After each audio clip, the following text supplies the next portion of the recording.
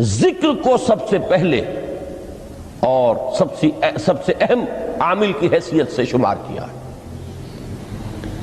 چنانچہ اس کی پہلی آیت جو ہے سورہ آل عمران کے آخری رکوع کی، اس میں تو وہی مضمون جو میں بیان کر چکا وہ آیا ہے، ان فی خلق السماوات والارض واختلاف اللیل والنہار لآیات لأولی الالباب،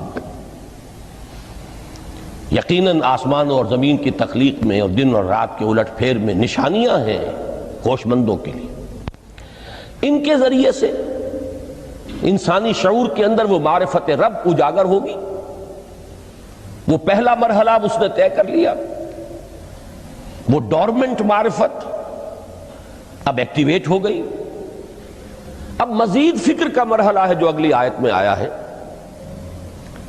الذین یذکرون اللہ قیاما وقعودا وعلی جنوبہم ویتفکرون فی خلق السماوات والارض ربنا ما خلقت ھذا باطلا سبحانک فقنا عذاب النار۔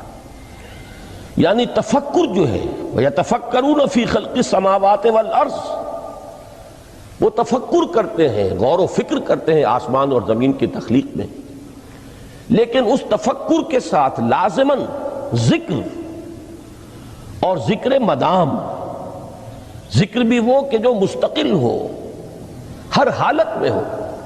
الذین یذکرون اللہ قیاما وقعودا وعلی جنوبہم، وہ لوگ کہ جو اللہ کو یاد رکھتے ہیں، اللہ کا ذکر کرتے ہیں، کھڑے ہوئے بھی، بیٹھے ہوئے بھی، اور اپنے پہلوؤں کے بل یعنی لیٹے ہوئے بھی۔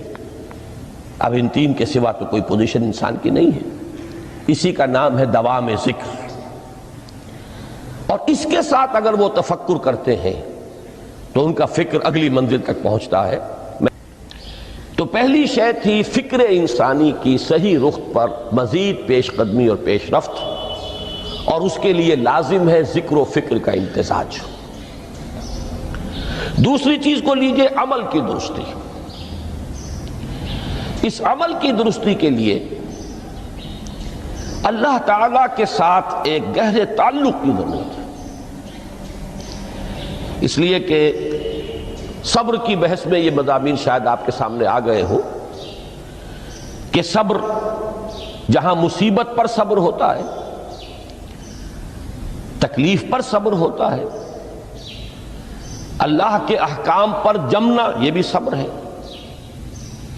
نفس کی خواہشات کی باغ کو تھام کر رکھنا، کھینچ کر رکھنا یہ بھی صبر ہے، اور استقامت کسی شے پر قائم رہنا یہ بھی صبر ہے۔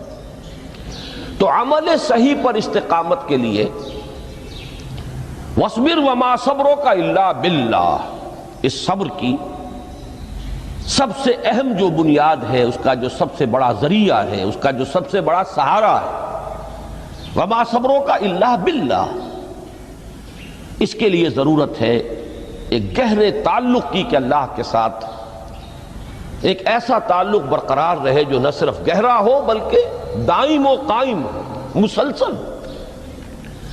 ذرا ذہول ہوگا تعلق مع اللہ میں، ذرا کمی آئے گی، شیطان کا وار کاری ہو جائے گا۔ اسی کو حضور نے حدیث میں یوں تعبیر کیا ہے تمثیلاً کہ جو دل اللہ کی یاد سے غافل ہے، اس پر فارسی کا وہ مقولہ بھی ہے کہ خانہ خالی را دیو می گیرت، گھر خالی رہے تو جنات اس پر دیو جو ہے آ کر قبضہ جما لیتے ہیں۔ تو خانہ قلب جو ہے اگر یاد خدا بندی سے خالی ہو گیا تو شیطان ابلیس لعین اپنی تھوتنی ٹکا دیتا ہے۔ یہ لفظ آتا ہے سور کے منہ کے لیے تھوتنی، جس طرح اس کا نکلا ہوا سا منہ ہوتا ہے آگے، تو یہ لفظ استعمال کیا گیا کہ وہ اپنی تھوتنی انسان کے دل پر جما کر اور پھوکے مارنی شروع کر دیتا ہے۔ تو شیطان کو موقع ہی تب ملتا ہے جب انسان کے تعلق مع اللہ کے اندر کمی ہو، وہ خانہ بالکل خالی ہو گیا ہو یا اتنا ضعیف ہو گیا ہو کہ کل عدم ہو جائے، گویا کہ نہیں۔ تیسری چیز کی طرف آئیے، روحانی ترقی۔ روحانی ترقی کے لیے میں ایک اصطلاح کے سامنے لا رہا ہوں، اس سے مراد کیا ہے؟ روحانی ترقی کے لیے ہماری دینی اصطلاح ہے تقرب الی اللہ، اللہ سے قریب تر ہوتے چلے جانا۔ اس پر میرا ایک کتابچہ بھی ہے، تقرب الی اللہ کے 2 مدارج، 2 درجے، جو در حقیقت ایک حدیث نبوی علیہ الصلوۃ والسلام ہی پر مبنی ہے کہ حضور نے ایک درجہ قرار دیا ہے تقرب بالفرائض، فرائض کے ذریعے سے انسان اللہ کا قرب حاصل کرے۔ ایک ہے تقرب بالنوافل، نوافل کے ذریعے سے اللہ کا قرب حاصل کرے۔ ان میں کیا نسبت و تناسب ہے، اہمیت کے اعتبار سے کون بڑھ کر ہے، بلندی کے اعتبار سے کون بڑھ کر ہے، یہ تمام مسائل میں نے اپنی اس تقریر میں بیان کیے تھے جو اس کتابچے میں شائع ہوئی ہے۔ اس وقت میں اس کی تفصیل میں نہیں جا رہا، صرف یہ تذکرہ اس لیے کر رہا ہوں کہ جن کو بھی خواہش ہو جائے وہ اس کا مطالعہ کرے۔ ہماری اس وقت کی گفتگو سے وہ کتابچہ اس جگہ پر منسلک ہوگا۔ تو تقرب الی اللہ، یہ تقرب کوئی فزیکل فینومینن نہیں ہے، جسمانی یا مادی مسئلہ نہیں ہے۔ اللہ سے قرب یہ نہیں ہے کہ کوئی کروڑوں میل کا فاصلہ ہے، اب ہمیں کوئی رسی پر چڑھنا ہے اوپر بڑی محنت اور مشقت سے، فصل تو ہے ہی نہیں، فاصلہ ہے ہی نہیں، بعد ہے ہی نہیں۔ نحن اقرب الیہ من حبل الورید، ہم تو انسان سے اس کی شہرگ سے بھی زیادہ قریب ہیں۔ ہوا معکم اینما کنتم، وہ تو تمہارے ساتھ ہی ہوتا ہے جہاں کہیں بھی تم ہو، بس صرف یہ کہ تمہاری توجہ نہیں ہوتی، تم اور چیزوں میں مشغول و مصروف رہتے ہو، تم ہماری طرف دھیان ہی نہیں دیتے، تم ہماری طرف متوجہ ہی نہیں ہوتے۔ ہم تو مائل بے کرم ہے، کوئی سائل ہی نہیں، راہ دکھلائیں کسے رہنوے منزل ہی نہیں۔ انسان جب متوجہ ہو جاتا ہے اور بڑھتا ہے، آگے پیش قدمی کرتا ہے روحانی اعتبار سے، تو یہ ہے در حقیقت تقرب الی اللہ، اور اسی کو ہم کہیں گے روحانی ترقی۔ اب ان 3 چیزوں کو اگر آپ نے ذہن میں جما لیا، پھر میری بات کی ترتیب اس کو ذہن میں قائم کیجئے۔ ہم چلے کہاں سے؟ کہ دین کے ساتھ اصل مناسبت فلسفے کی نہیں، حکمت کی۔ نمبر 2، حکمت قرآنی کا پہلا اور اہم ترین اور بنیادی مسئلہ معرفت رب کا حصول ہے۔ اس کا نتیجہ شکر خداوندی ہے، اس کا ذریعہ آیات آفاقی، آیات انفسی، اور سب سے بڑھ کر آیات قرآنیہ ہیں جو الذکر ہے، جو تذکرہ ہے، جو ذکرہ ہے۔ لیکن اس پہلے مرحلے کو اگر کوئی انسان بفضل ہی تعالی، اللہ کے فضل و کرم سے طے کر لے، اب اس کے سامنے 3 مسئلے ہیں۔ فکر کی مزید پیش رفت، مزید پیش قدمی صحیح رخ پر، اس کے لیے ذکر اور فکر دونوں کا امتزاج لازمی ہے۔ فقر قرآن اختلاط ذکر و فکر۔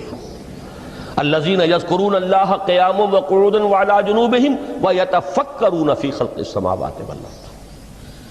دوسری شے عمل کا درست رہنا، نہ افراط و تفریط ہو، عدم توازن ہو، نہ انسان نفس سے مغلوب ہو جائے، نہ انسان جذبات کی رو میں اندھا ہو جائے، نہ انسان ماحول سے مرعوب ہو کر متاثر ہو جائے، صحیح رخ پر اس کا عمل۔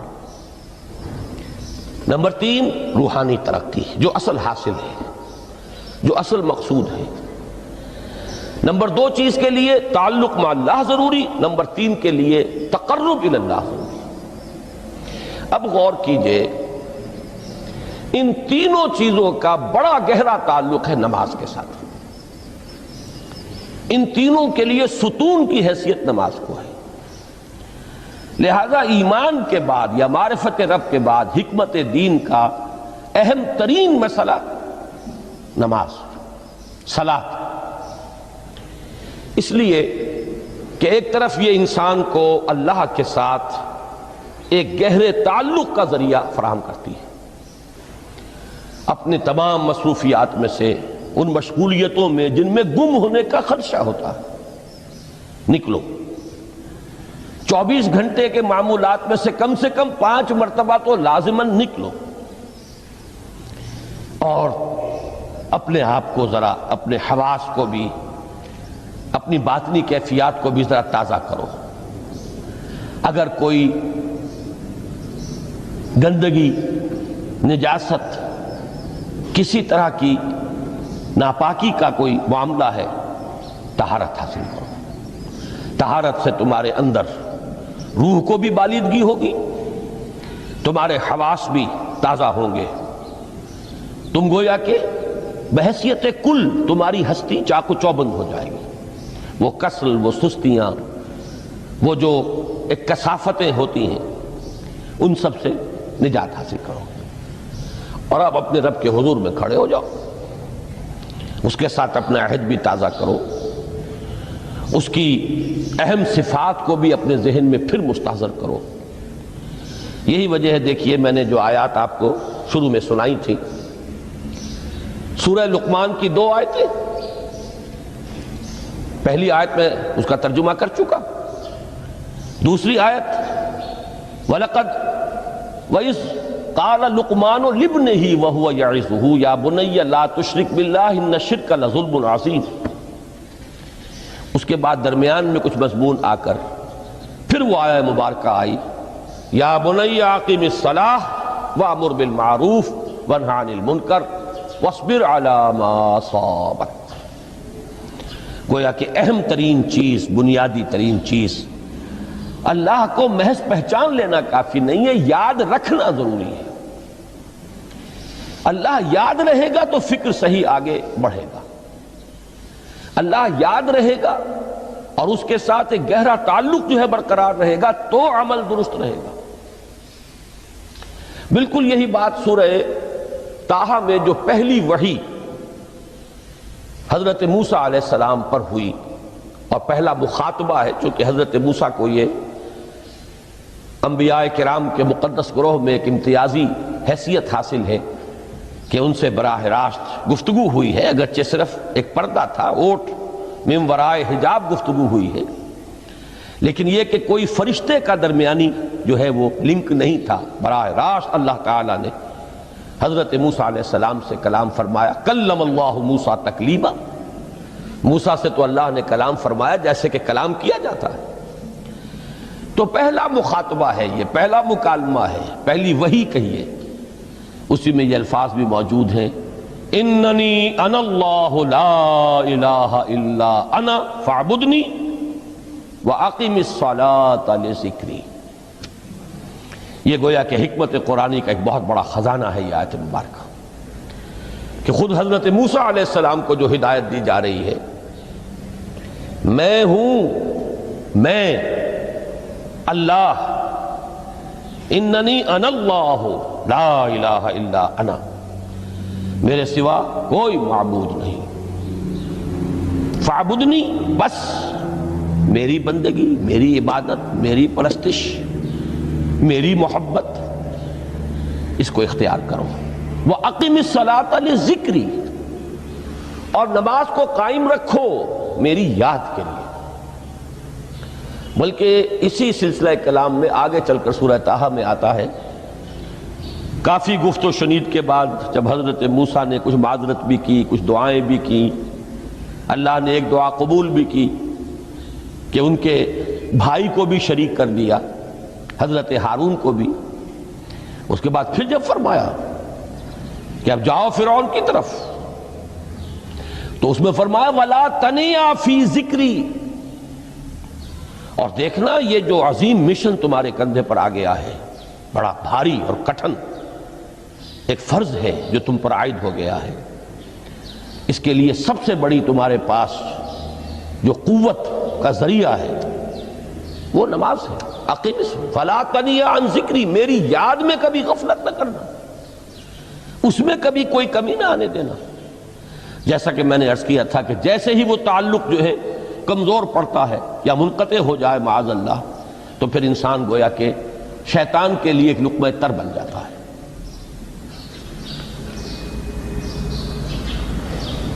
اب آپ غور کیجئے، تیسری شے تقرب الی اللہ، اس کے حوالے سے بھی جو فرائض اور نوافل کی بات ہے اس کو اس وقت ذہن سے نکال کر یہ سمجھیے کہ اس میں نماز کا کیا مقام ہے، اس لیے کہ نماز فرض بھی ہے، نماز نفل بھی ہے، وہ تو ان دونوں میں شریک ہو جائے گی۔ اب اس کو لفظ صلاۃ کے حوالے سے آپ ان دونوں چیزوں کو سمجھیے۔ صاد لام واو یا یہ چونکہ حروف علت ایک دوسرے سے بدلتے رہتے ہیں، یہ جو مادہ ہے اس کی جو خالص لغوی اصل ہے، جو خالص عربی زبان میں اس کا بنیادی مفہوم ہے، وہ آگ جلانا یا آگ تاپنا یا آگ سینکنا، حرارت حاصل کرنا۔ لہذا بار بار آتا ہے جہنم کے ذکر میں اسلوہا، اب جلو اس میں، تاپو اس کو، یہ سینکے گی تمہیں۔ بلکہ تفتلون کا لفظ آیا ہے حضرت موسیٰ کے کلام میں، جب وہ گئے تھے کوہ طور پر، جب پہنچ گئے تو تھے آگ تک کی تلاش میں، لعلکم تستلون، تو اپنے اہل خانہ سے یہی کہا تھا کہ مجھے کہیں وہ روشنی نظر آ رہی ہے، غالباً کوئی وہاں سے آگ مل سکے گی، ورنہ یہ کہ کوئی رہنمائی کو رستہ مجھے مل سکے گا، میں وہ آگ لے آؤں گا، کوئی چنگاری وہاں سے لے آؤں، لعلکم تستلون، تاکہ تم، اب یہ اصطلاح در حقیقت باب افتعال ہے، اور یہ تے یہاں پر توئے کی شکل اختیار کر گئی، تا نے تو بنی کی صورت اختیار کی صاد کی وجہ سے۔ بہرحال اس کا سب سے بنیادی مفہوم جو ہے وہ ہے تاپنا، سکائی حاصل کرنا، حرارت۔ اس کے حوالے سے سمجھ لیجئے کہ سب سے بنیادی تعلق اس کا جو ہے وہ روح کے ساتھ ہے۔ روح میں محبت خداوندی کی آگ اگر ٹھنڈی پڑ گئی ہو، اگر محبت خداوندی کی حرارت میں کمی ہو رہی ہو، تو اس کو اثر نو، جس کو کہ میں آج سوچ رہا تھا تو ایک لفظ ذہن میں آیا کہ جیسے بیٹری اس کو ریچارج کیا جاتا ہے، اسی طریقے سے روح کے اندر محبت خداوندی کی اس حرارت کو اثر نو تازہ کرنا، یہ ہے در حقیقت نماز کا اصل مقصد۔ اس لیے کہ اس لفظ کا بنیادی مفہوم، اصل لغوی مفہوم تو یہ، اگرچہ اس کا سب سے زیادہ کثرت سے جو استعمال ہوتا ہے، اور لفظ صلاۃ جس سے در حقیقت جس تصور پر مبنی ہے وہ ہے اقدام، کسی کی طرف متوجہ ہونا اور پھر دعا۔ صلاۃ کا سب سے قریبی مفہوم لفظی جب بیان کیا جائے گا، اس سے مراد، اس کے معنی، تو دعا اس میں اہم ترین ہے۔ کسی کی طرف توجہ کرنا، مناجات کرنا، گفتگو کرنا، مخاطبہ، مکالمہ، دعا، یہ در حقیقت صلاۃ کا سب سے بڑا اصطلاحی مفہوم ہے۔ لیکن جو اس کا مادہ ہے، صاد لام واو یا صاد لام یا، اس کا اصل مفہوم جو ہے وہ تاپنا، حرارت حاصل کرنا۔ تو ان دونوں کے حوالے سے عرض کر رہا ہوں، وہ تاپنا اور حرارت حاصل کرنا وہ ہے روح کے اعتبار سے۔ وہ جو کہا اقبال نے کہ بجھی عشق کی آگ اندھیر ہے، مسلمان نہیں راہ کا ڈھیر۔ یہ عشق کی آگ جب بجھ جاتی ہے، در حقیقت یہی تو انسان کی روحانی موت ہے۔ جب یہ نہ رہے تو چاہے منطق میں بہت انسان ماہر ہو، مجھے اقبال کا ایک شعر یاد آیا ہے تقابل کرتے ہوئے، ایک انسان محکوم اور ایک انسان حر، آزاد انسان، ان کی نفسیات میں جو بنیادی فرق علامہ اقبال نے مختلف مواقع پر بیان کیے ہیں۔ محکوم ہے بیگانہ اخلاص و مروت، ہر چند کے منطق کی دلیلوں میں ہے چالاک۔ تو منطق کی دلیلوں میں انسان چالاک ہو جائے اور وہ لغت ہائے حجازی کا وہ ایک خزانہ بن جائے، اسے تمام الفاظ کے معنی یاد ہو، وہ بڑے مسائل فقہ کے اسے ازبر ہو، جزیات، بے انتہا جزیات جو ہیں وہ مستحضر ہو، فلسفے کے بڑے بڑے مسئلے اس نے حل کر لیے ہوں، لیکن اگر روح میں وہ اللہ کی محبت کی آگ نہیں ہے، وہ تپش نہیں، بجھی عشق کی آگ اندھیر ہے، مسلمان نہیں راہ کا ڈھیر۔ اسی کے حوالے سے آج مجھے یاد آیا تھا کہ وہ جو بڑی سادہ سی ایک نظم ہے، اللہ تعالیٰ سے دعا، یا رب دل مسلم کو وہ زندہ تمنا دے، اس میں بھی جو الفاظ آئے ہیں جو روح کو گرما دے اور قلب کو تڑپا دے. یہ ہے اصل جو مقصود ہے نماز کا. اور یہی وہ چیز ہے جیسا کہ میں نے عرض کیا تھا کہ نگاہوں سے اوجھل، یہ پہلو سامنے ہے ہی نہیں. دوسرا پہلو سامنے ہے اور وہ بھی میرے نزدیک بہت اہم ہے، بہت بنیادی ہے، اس میں کوئی شک نہیں. لیکن یہ ہے بلند ترین منزل کہ تقرب الی اللہ. اس کے لیے در حقیقت یہ کس لیے درکار ہے؟ روح کے اندر عشق کی حرارت اور گرمی تازہ ہو جائے. بسا اوقات یہ اندر دب جاتی ہے جیسے انگارہ